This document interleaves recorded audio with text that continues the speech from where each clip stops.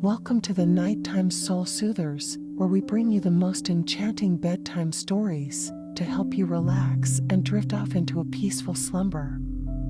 In this video, we present to you the classic fairy tale, The Wild Swans by Hans Christian Andersen. This beautiful story tells the tale of a young princess who embarks on a perilous journey to save her brothers who have been turned into swans by an evil sorceress. As you listen to this soothing bedtime story, allow yourself to be transported to a magical world where anything is possible. Let the gentle rhythm of the narration and the calming ambience of the story guide you to a place of deep relaxation and tranquility. Cuddle up in your cozy bed, gently close your eyes, and allow us to take you on a delightful journey with the Wild Swans. Our hope is that this enchanting bedtime story will guide you into a peaceful sleep.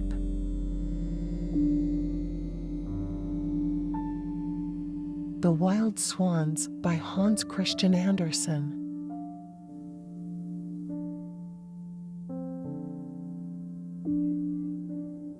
Far, far away where the swallows fly when we have winter, there lived a king who had 11 sons and 1 daughter, Elisa.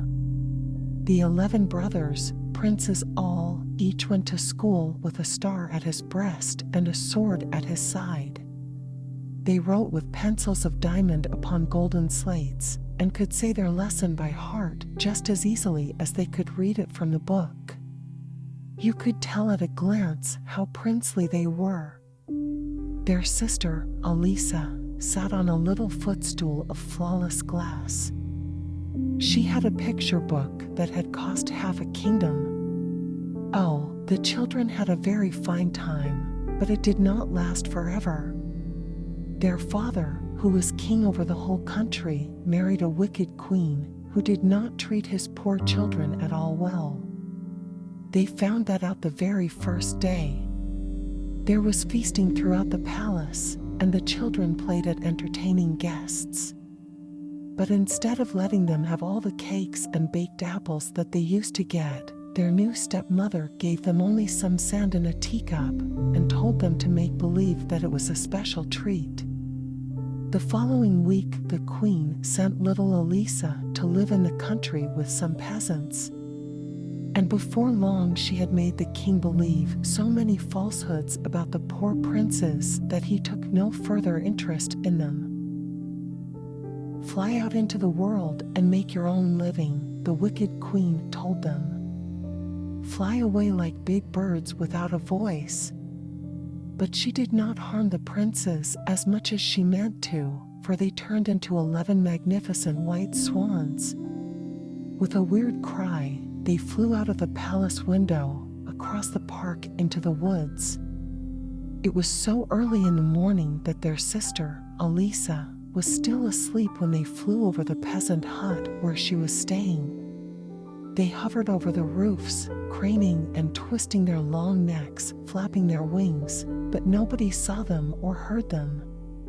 They were forced to fly on, high up near the clouds and far away into the wide world. They came down in a vast, dark forest that stretched down to the shores of the sea. Poor little Elisa stayed in the peasant hut and played with a green leaf, for she had no other toy. She made a little hole in the leaf and looked through it at the sun. Through it, she seemed to see her brother's bright eyes, and whenever the warm sunlight touched her cheek, it reminded her of all their kisses. One day passed like all the others. When the wind stirred the hedge roses outside the hut, it whispered to them, "Could be prettier than you?" But the roses shook their heads and answered, "Elisa." And on Sunday, when the old woman sat in the doorway reading the Psalms, the wind fluttered through the pages and said to the book, "Who could be more saintly than you?" "Elisa," the book testified. What it and the roses said was perfectly true. Elisa was to go back home when she became 15, but as soon as the queen saw what a beautiful princess she was, the queen felt spiteful and full of hatred toward her. She would not have hesitated to turn her into a wild swan like her brothers, but she did not dare to do it just yet, because the king wanted to see his daughter. In the early morning, the queen went to the bathing place, which was made of white marble, furnished with soft cushions and carpeted with the most splendid rugs. She took 3 toads, kissed them, and said to the first, "Squat on Elisa's head when she bathes, so that she will become as torpid as you are." To the second she said, "Squat on her forehead, so that she will become as ugly as you are, and her father won't recognize her." And to the third, she whispered, "Lie against her heart, so that she will be cursed and tormented by evil desires." Thereupon the queen dropped the 3 toads into the clear water, which at once turned a greenish color. She called Elisa, made her undress, and told her to enter the bath. When Elisa went down into the water, 1 toad fastened himself to her hair, another to her forehead, and the third against her heart. But she did not seem to be aware of them, and when she stood up, 3 red poppies floated on the water. If the toads had not been poisonous, and had not been kissed by the witch, they would have been turned into red roses. But at least they had been turned into flowers by the mere touch of her head and heart. She was too innocent and good for witchcraft to have power over her. When the evil queen realized this, she rubbed Elisa with walnut stain that turned her dark brown, smeared her beautiful face with a vile ointment, and tousled her lovely hair. No one could have recognized the beautiful Elisa, and when her father saw her, he was shocked. He said that this could not be his daughter. No one knew her except the watchdog and the swallows, and they were humble creatures who had nothing to say. Poor Elisa cried and thought of her 11 brothers, who were all away.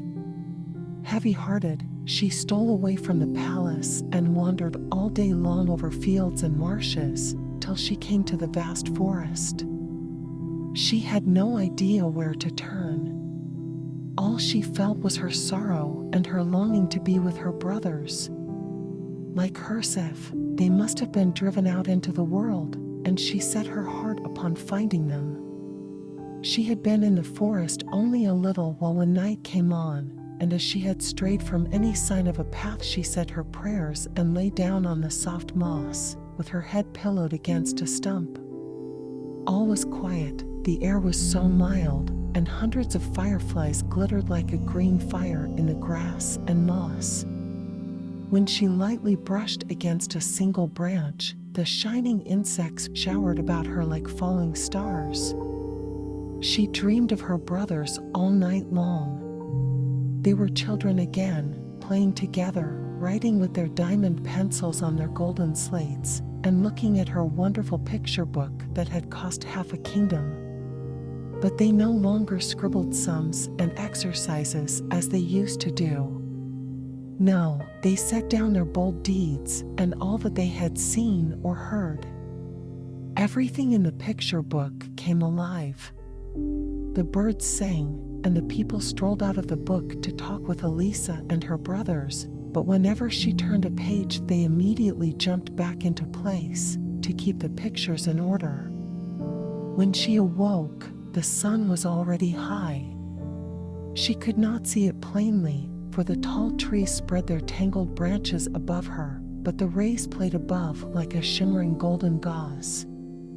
There was a delightful fragrance of green foliage, and the birds came near enough to have perched on her shoulder. She heard the water splashing from many large springs, which all flowed into a pool with the most beautiful sandy bottom. Although it was hemmed in by a wall of thick bushes, there was one place where the deer had made a path wide enough for Elisa to reach the water. The pool was so clear that, if the wind had not stirred the limbs and bushes, she might have supposed they were painted on the bottom of the pool. For each leaf was clearly reflected, whether the sun shone upon it or whether it grew in the shade. When Elisa saw her own face, she was horrified to find it so brown and ugly. But as soon as she wet her slender hand and rubbed her brow and her eyes, her fair skin showed again. Then she laid aside her clothes and plunged into the fresh water. In all the world there was no king's daughter as lovely as Elisa. When she had dressed herself and plaited her long hair, she went to the sparkling spring and drank from the hollow of her hand. She wandered deeper into the woods without knowing whither she went. She thought of her brothers, and she thought of the good Lord, who she knew would not forsake her. He lets the wild crabapples grow to feed the hungry, and he led her footsteps to a tree with its branches bent down by the weight of their fruit. Here she had her lunch. After she put props under the heavy limbs, she went on into the depths of the forest. It was so quiet that she heard her own footsteps and every dry leaf that rustled underfoot. Not a bird was in sight, not a ray of the sun could get through the big heavy branches, and the tall trees grew so close together that when she looked straight ahead it seemed as if a solid fence of lofty palings imprisoned her. She had never known such solitude. The night came on, pitch black. Not one firefly glittered among the leaves as she despondently lay down to sleep. Then it seemed to her that the branches parted overhead and the Lord looked kindly down upon her, and little angels peeped out from above his head and behind him. When she awoke the next morning, she did not know whether she had dreamed this or whether it had really happened. A few steps farther on she met an old woman who had a basket of berries and gave some of them to her. Elisa asked if she had seen 11 princes riding through the forest. No, the old woman said. But yesterday I saw 11 swans who wore golden crowns. They were swimming in the river not far from here. She led Elisa a little way to the top of a hill which sloped down to a winding river. The trees on either bank stretched their long leafy branches toward each other, and where the stream was too wide for them to grow across it, they had torn their roots from the earth and leaned out over the water until their branches met. Elisa told the old woman goodbye and followed the river down to where it flowed into the great open sea. Before the young girl lay the whole beautiful sea, but not a sail nor a single boat was in sight. How could she go on? She looked at the countless pebbles on the beach and saw how round the water had worn them. Glass, iron ore, stones, all that had been washed up, had been shaped by the water that was so much softer than even her tender hand. It rolls on tirelessly, and that is the way it makes such hard things smooth, she said. I shall be just as untiring. Thank you for your lesson, you clear rolling waves. My heart tells me that someday you will carry me to my beloved brothers.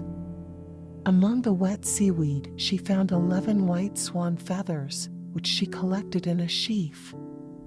There were still drops of water on them, but whether these were spray or tears, no one could say.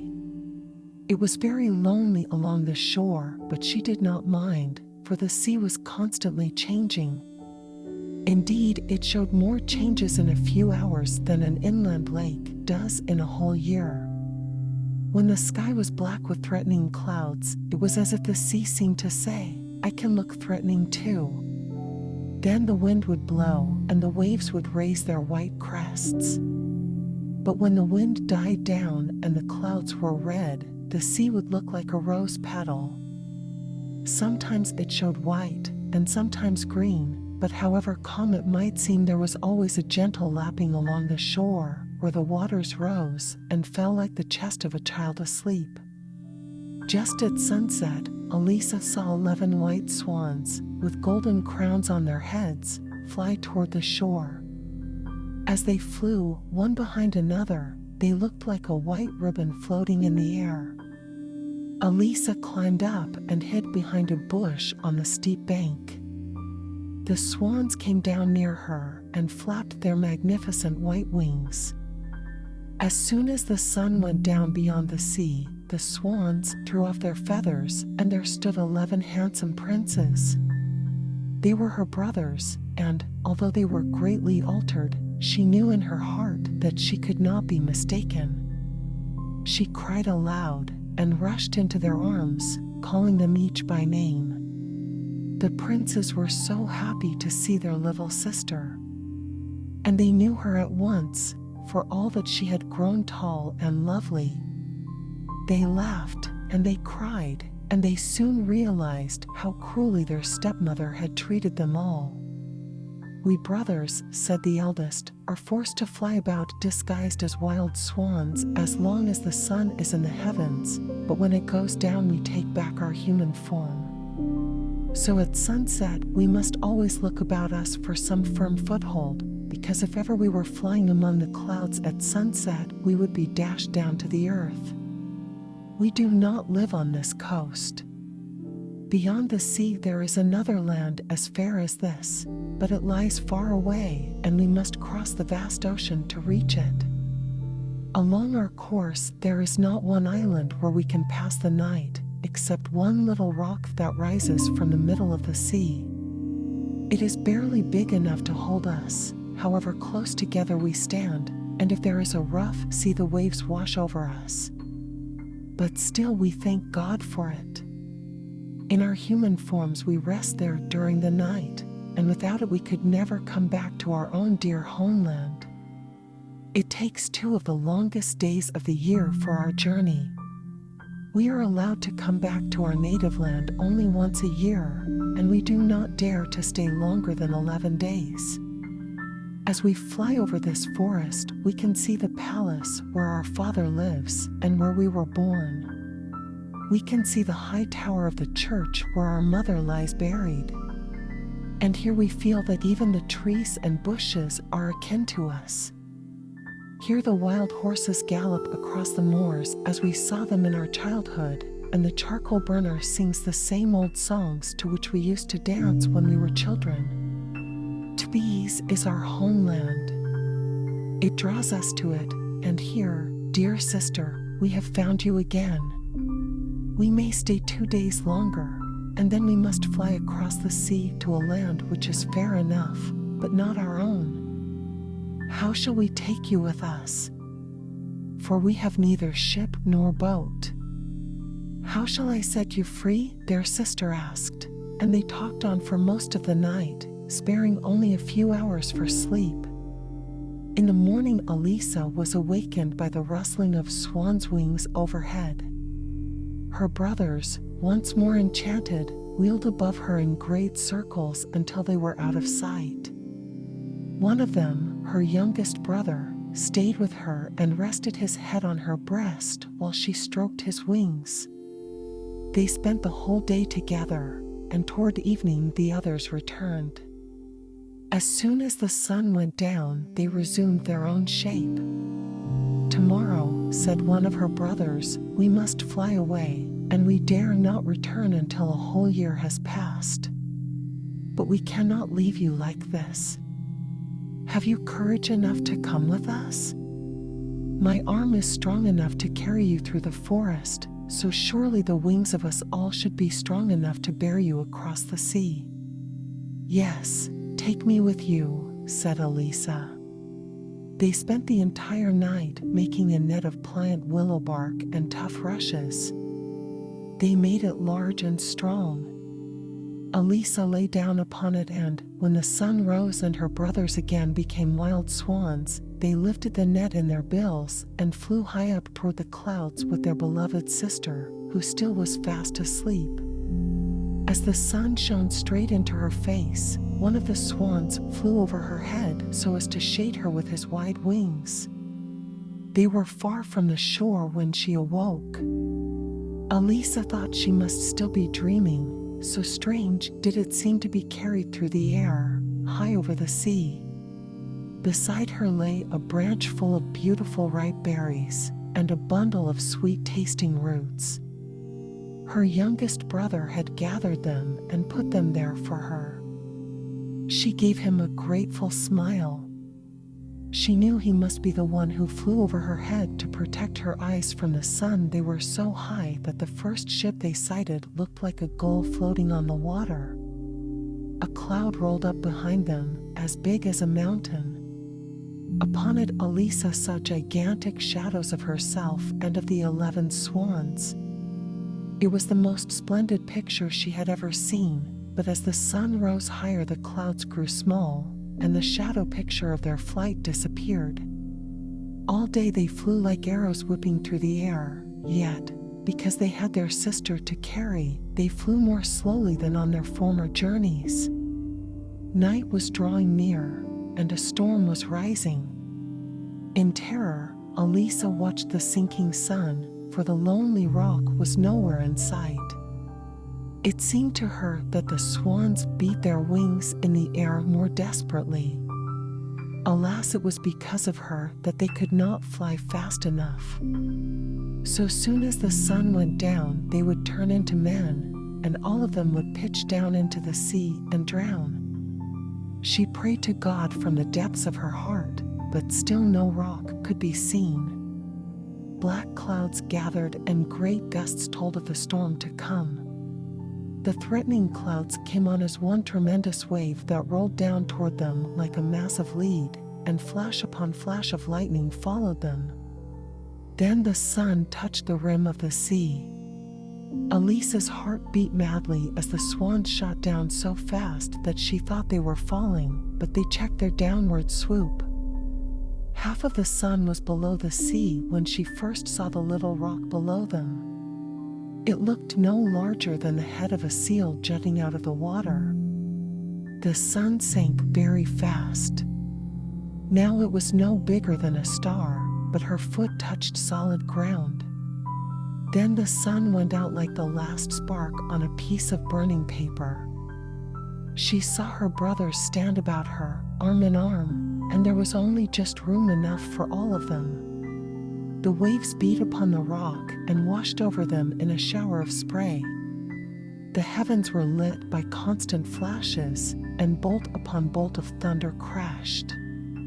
But the sister and brothers clasped each other's hands and sang a psalm which comforted them and gave them courage. At dawn the air was clear and still. As soon as the sun came up, the swans flew off with Elisa, and they left the rock behind.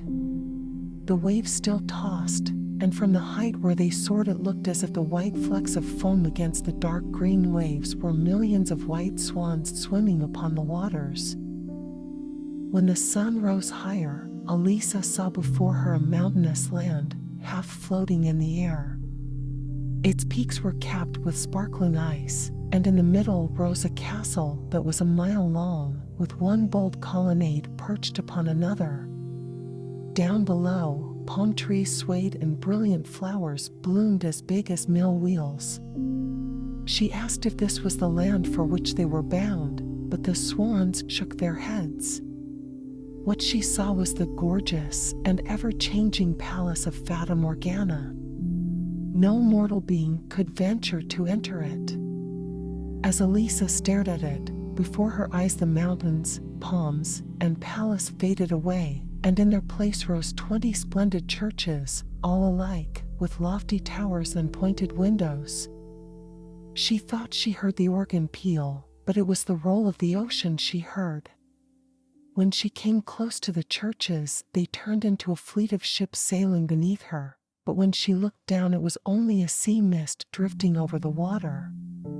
Scene after scene shifted before her eyes until she saw at last the real country whither they went. Mountains rose before her, beautifully blue, wooded with cedars, and studded with cities and palaces. Long before sunset, she was sitting on a mountainside, in front of a large cave carpeted over with green creepers so delicate that they looked like embroidery. "We shall see what you'll dream of here tonight," her youngest brother said, as he showed her where she was to sleep. "I only wish I could dream how to set you free," she said. This thought so completely absorbed her, and she prayed so earnestly for the Lord to help her that even in her sleep she kept on praying. It seemed to her that she was flying aloft to the Fata Morgana palace of clouds. The fairy who came out to meet her was fair and shining, yet she closely resembled the old woman who gave her the berries in the forest and told her of the swans who wore golden crowns on their heads. "Your brothers can be set free," she said, "but have you the courage and tenacity to do it?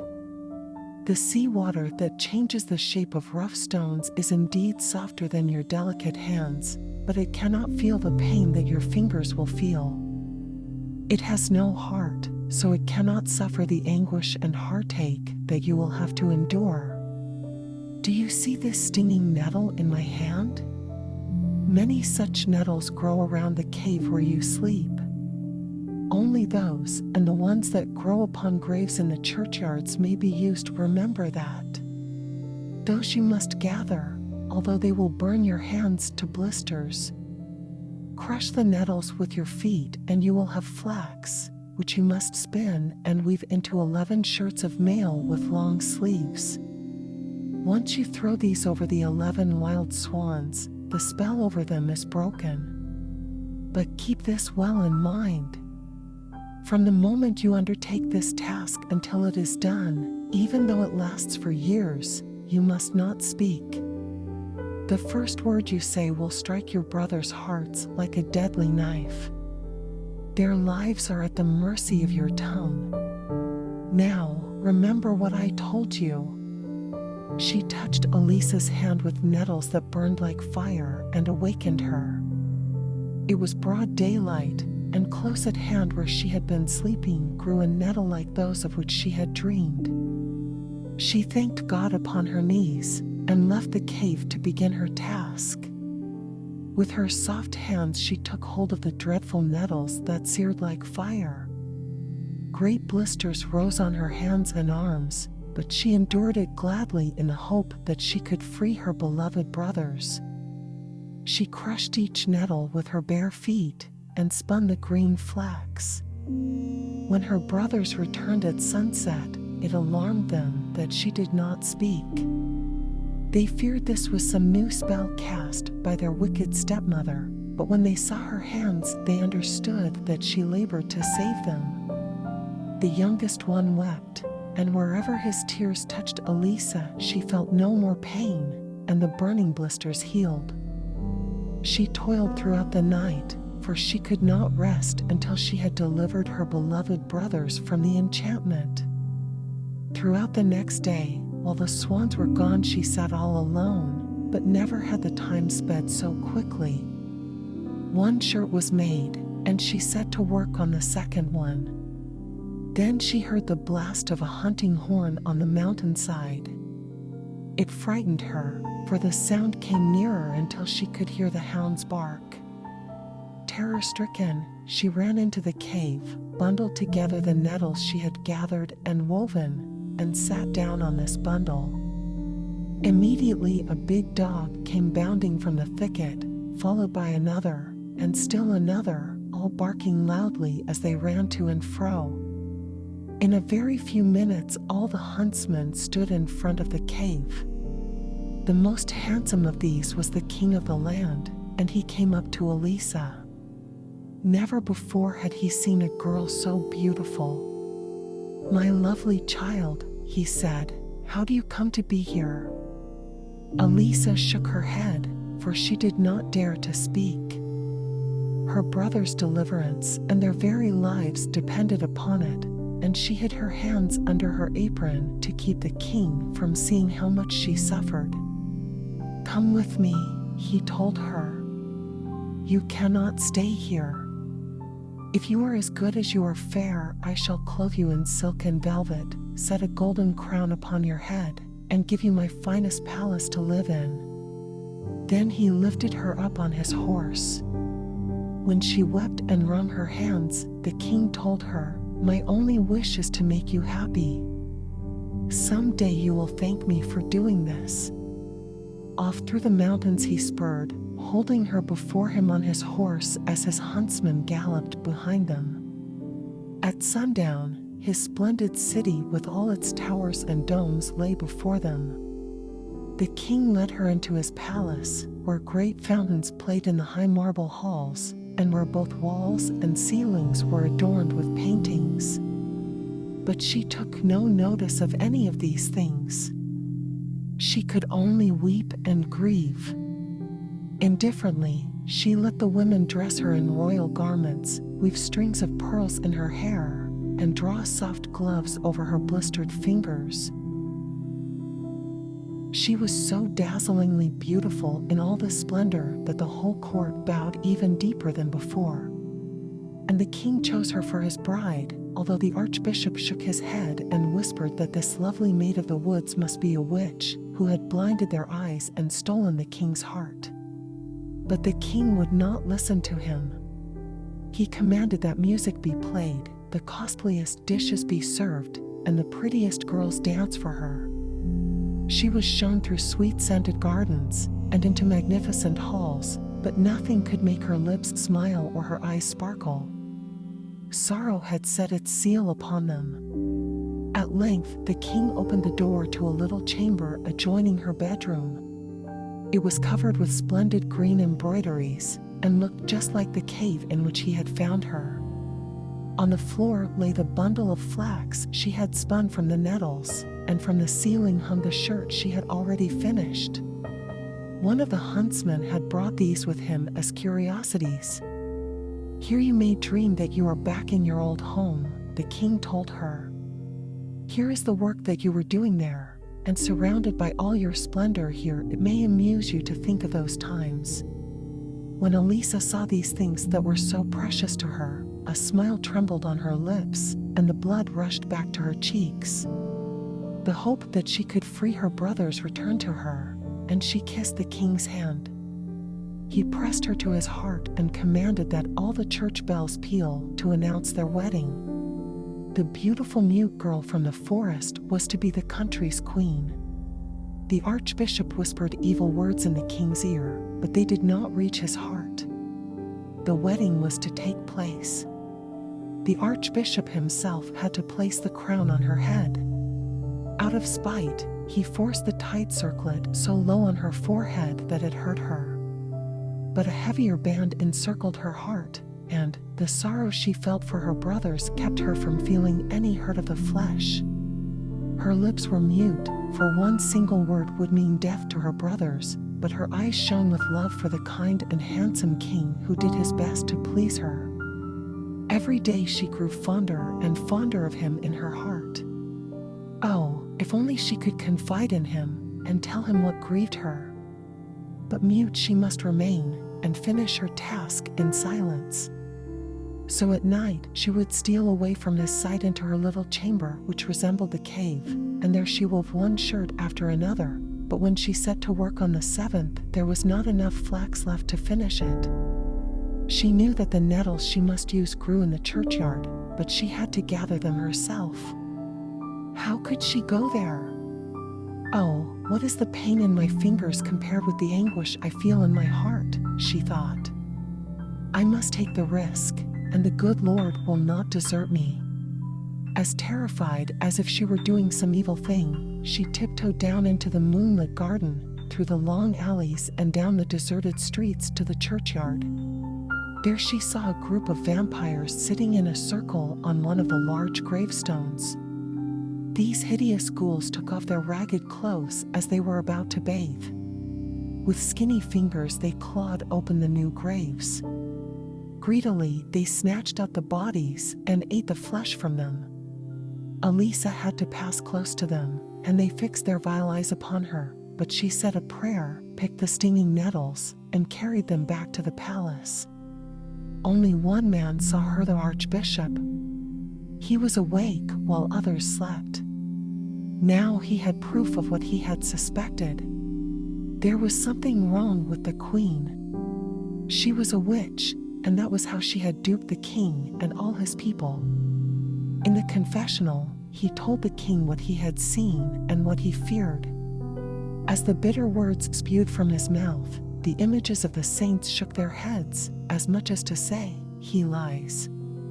Elisa is innocent." The archbishop, however, had a different explanation for this. He said they were testifying against her and shaking their heads at her wickedness. 2 big tears rolled down the king's cheeks as he went home with suspicion in his heart. That night he pretended to be asleep, but no restful sleep touched his eyes. He watched Elisa get out of bed. Every night he watched her get up, and each time he followed her quietly and saw her disappear into her private little room. Day after day his frown deepened. Elisa saw it and could not understand why this should be, but it made her anxious and added to the grief her heart already felt for her brothers. Her hot tears fell down upon her queenly robes of purple velvet. There they flashed like diamonds, and all who saw this splendor wished that they were queen. Meanwhile, she had almost completed her task. Only one shirt was lacking, but again she ran out of flax. Not a single nettle was left. Once more, for the last time, she must go to the churchyard and pluck a few more handfuls. She thought with fear of the lonely walk and the ghastly vampires, but her will was as strong as her faith in God. She went upon her mission, but the king and his archbishop followed her. They saw her disappear through the iron gates of the churchyard, and when they came in after her they saw vampires sitting on a gravestone, just as Elisa had seen them. The king turned away, for he thought Elisa was among them, Elisa whose head had rested against his heart that very evening. Let the people judge her, he said. And the people did judge her. They condemned her to die by fire. She was led from her splendid royal halls to a dungeon, dark and damp, where the wind whistled in between the window bars. Instead of silks and velvets, they gave her for a pillow the bundle of nettles she had gathered, and for her coverlet the harsh, burning shirts of mail she had woven. But they could have given her nothing that pleased her more. She set to work again and prayed. Outside, the boys in the street sang jeering songs about her, and not one soul came to comfort her with a kind word. But toward evening she heard the rustle of a swan's wings close to her window. It was her youngest brother who had found her at last. She sobbed for joy. Though she knew that this night was all too apt to be her last, the task was almost done and her brothers were near her. The archbishop came to stay with her during her last hours on earth, for this much he had promised the king. But she shook her head, and by her expression and gestures begged him to leave. This was the last night she had to finish her task, or it would all go for naught, all her pain, and her tears, and her sleepless nights. The archbishop went away, saying cruel things against her. But poor Elisa knew her own innocence, and she kept on with her task. The little mice ran about the floor, and brought nettles to her feet, trying to help her all they could. And a thrush perched near the bars of her window to sing the whole night through, as merrily as he could, so that she would keep up her courage. It was still in the early dawn, an hour before sunrise, when the 11 brothers reached the palace gates and demanded to see the king. This, they were told, was impossible. It was still night. The king was asleep and could not be disturbed. They begged and threatened so loudly that the guard turned out, and even the king came running to find what the trouble was. But at that instant the sun rose, and the 11 brothers vanished. 11 swans were seen flying over the palace. All the townsmen went flocking out through the town gates, for they wanted to see the witch burned. A decrepit old horse pulled the cart in which Elisa sat. They had dressed her in coarse sackcloth, and all her lovely long hair hung loose around her beautiful head. Her cheeks were deathly pale, and her lips moved in silent prayer as her fingers twisted the green flax. Even on her way to death, she did not stop her still unfinished work. 10 shirts lay at her feet, and she worked away on the 11th. See how the witch mumbles, the mob scoffed at her. That's no psalm book in her hands. No, there she sits, nursing her filthy sorcery. Snatch it away from her. and tear it to bits. The crowd of people closed in to destroy all her work, but before they could reach her, 11 white swans flew down and made a ring around the cart with their flapping wings. The mob drew back in terror. "It is a sign from heaven. She must be innocent," many people whispered, but no one dared say it aloud. As the executioner seized her arm, she made haste to throw the 11 shirts over the